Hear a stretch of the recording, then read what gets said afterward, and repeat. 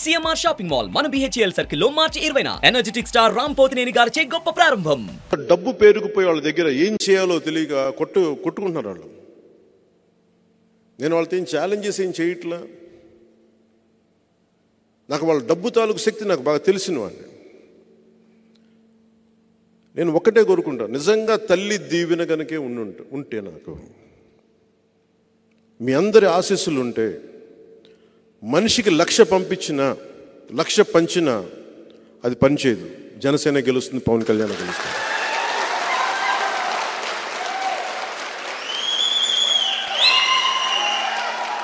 అలాగే వంగ గీత గారిని కూడా మీరు తెలుసో, మీ అందరికీ తెలిసి ఉండొచ్చు, 2009లో మన ద్వారానే రాజకీయాల్లోకి వచ్చారు. ఆవిడ దురదృష్టవశాత్తు ఆవిడ ఉన్నారు.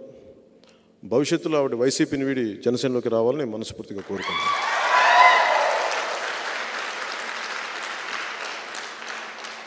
అలాగే కాకినాడ పార్లమెంటు కూడా మనదే.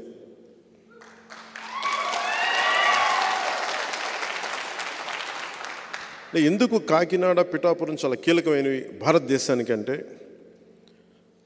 మొట్టమొదటి కాంగ్రెస్ ప్లీనరీ పిఠాపురంలో జరిగింది. అలాగే చిన్న రాష్ట్రాలు విడిపోవాలన్న ఆలోచన కూడా మనకి కాకినాడలోనే మొదలైంది. సో కాకినాడ చాలా కీలకమైంది అన్ని మార్పులకి. మీ అందరూ విభిన్నమైన కులాల నుంచి వచ్చారు. నేను ఒక్క కులానికి పరిమితం అయిపోయే వ్యక్తిని కాదు. నా కులానికి నేను సంపూర్ణంగా గౌరవిస్తాను. అన్ని కులాలకి ఎంత గౌరవిస్తానో నా కులానికి కూడా అంతే గౌరవిస్తాను.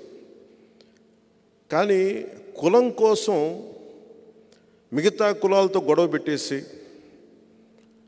మీరంతా వేరు మేమంతా వేరు అని చెప్పి ఒంటరి అయిపోయి ఎవరికి కాకుండా పోవడం నాకు ఇష్టం లేదు. నాకు అది నేను పుట్టిన కులానికి కూడా మంచిది కాదు. పింక్ డైమండ్ లాగా నేను ఏ పార్టీ అధికారంలో ఉన్నా, ఉదాహరణకి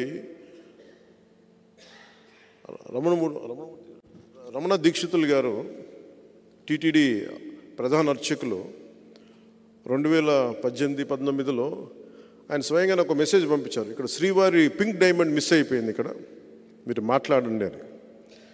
సార్ ఆ సమయంలో ఆయన టీడీపీని బాగా తిట్టిపోశారు, మీరు తప్పులు చేశారు అది ఇది. అదే గొంతుక మళ్ళీ వైసీపీగా రాగానే అడగటం మానేశారు. నేను పింక్ డైమండ్ ఆ రోజున మిస్ అయితే ఈ రోజు కూడా మిస్ అయింది, దాని గురించి మాట్లాడండి అని. ఇది ఎందుకు చెప్తున్నానంటే, మీరు కాపు రిజర్వేషన్లు తీసుకోండి, ఏ సమస్యను తీసుకోండి, టీడీపీ ఉన్నప్పుడు ఒకలాగా, టీడీపీ కాకుండా వైసీపీ వస్తే ఒకలాగా మాట్లాడకూడదు. ప్రతి పాలసీ మీద చాలా స్పష్టమైన అవగాహన నుండి మాట్లాడాలి. ఇది కుదురుతుంది, ఇది కుదరదు, లేదా ప్రయత్నం చేస్తాం. ప్రయత్నం చేస్తే ఫెయిల్ అయితే కనీసం బాధ్యత, అకౌంటబిలిటీ నేను ఈ పరిస్థితుల్లో నేను చేయలేకపోయాను. నేను ఎప్పుడు కూడా ఒక సమస్యని లేవనెత్తితే, ఇంక్లూడింగ్ స్టీల్ ప్లాంట్తో సహా, స్ట్రైట్ అవే నేను అమిత్ షా గారి దగ్గరికి వెళ్ళి చెప్పాను, ఇది మాకు చాలా భావోద్వేగాలతో కూడింది, త్యాగాలు చేసి వచ్చింది, అందుకని ఇది మేము కాపాడుకోవాలి అంటే, ఆ రోజు ఆ మాట విన్నారా లేదా నాకు నిజంగా తెలియలా. చేస్తారేమో చెయ్యరా నాకు తెలియదు, కానీ అట్లీస్ట్ ఈ రోజు వరకు నేను ఆపగలిగాను. మీ అందరికీ చాలా కొంచెం అనుభవజ్ఞులు కాబట్టి ఆ రోజు నేను అడిగినప్పుడు అది ఎంతకాలం ఉంటుందో నాకు తెలియదు. ఎందుకంటే ప్రధానమంత్రి గారు స్టార్ట్ చేసింది కాదు, అమిత్ షా గారు స్టార్ట్ చేసింది కాదు. డిస్ఇన్వెస్ట్మెంట్ అనేది పివి నరసింహారావు గారు స్టార్ట్ చేసింది. అంటే కాయిలా పడ్డ పరిశ్రమల్ని వాటి మీద డబ్బులు పెట్టుబడి నష్టపోకుండా, ప్రజాధనం దుర్వినియోగం కాకుండా దీన్ని తీసేయాలన్న ఒక ఆలోచన విధానంతో మొదలైంది డిస్ఇన్వెస్ట్మెంట్ అనేది.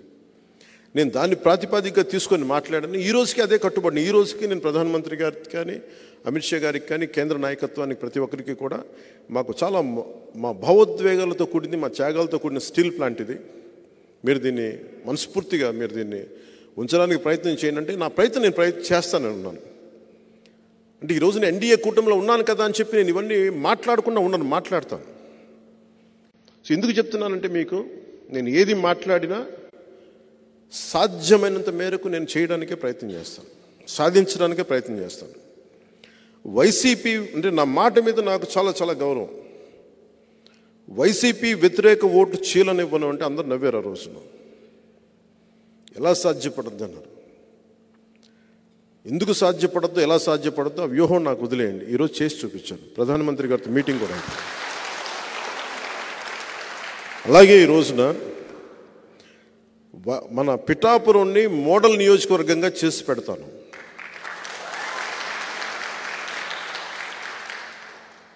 భారతదేశంలో ఎవరైనా సరే ఒక అద్భుతమైన నియోజకవర్గం ఉంది అక్కడ. అలాగే చాలా ఏదైతే నా మనసులో ఒక రాష్ట్రాన్ని ఇలా తీసుకురావాలని ఒక ఆకాంక్ష అయితే ఉందో నాకు, ఆ మోడల్ నేను పిఠాపురానికి సంపూర్ణంగా తీసుకొచ్చేస్తాను. సుమన్ టీవీలో మీ పర్సనల్ అండ్ బిజినెస్ ప్రమోషన్స్ కోసం కింది నెంబర్కి కాంటాక్ట్ చేయండి.